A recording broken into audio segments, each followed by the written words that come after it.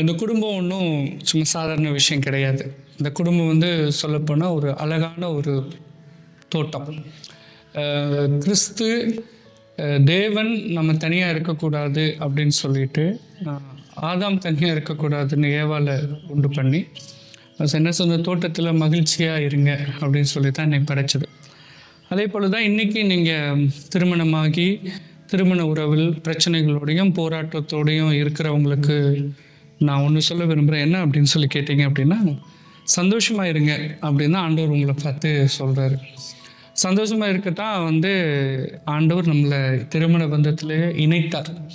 இல்லாட்டின்னா சொல்லுங்க. இப்போ நீங்கள் சொல்கிறத பார்த்தா ஒவ்வொரு குடும்பம் ஒரு ஏதேன் தோட்டன்றீங்க. நிச்சயமாக அதில் எந்த மாற்று கருத்தும் இல்லை. ஆனால் சமுதாயத்தில் ஏற்படுகிற பிரச்சனைகள் போராட்டங்கள்னால சில வேளையில் பிரச்சனைகள் வரலாம், வராதுன்னு சொல்ல வரல. ஆனால் அந்த பிரச்சனையோடய வாழ்ந்துடக்கூடாது அப்படின்னு தேவன் விரும்புகிறார்.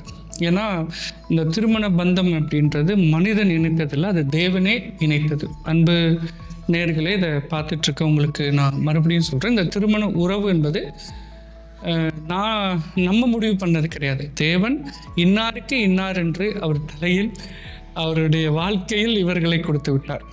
அப்போ தேவன் கொடுத்தது நீங்கள் மறுக்கிறீங்களா? தேவன் கொடுத்தது பர்ஃபெக்டாக இருக்கும். உங்களுக்கு கொடுத்தது, தேவன் கொடுத்தது, கர்த்தர் கொடுத்தது பர்ஃபெக்டாக இருக்கும். அது வந்து சரியானதாக இருக்கும். அதில் எந்த மாற்று கருத்துமே இருக்காது.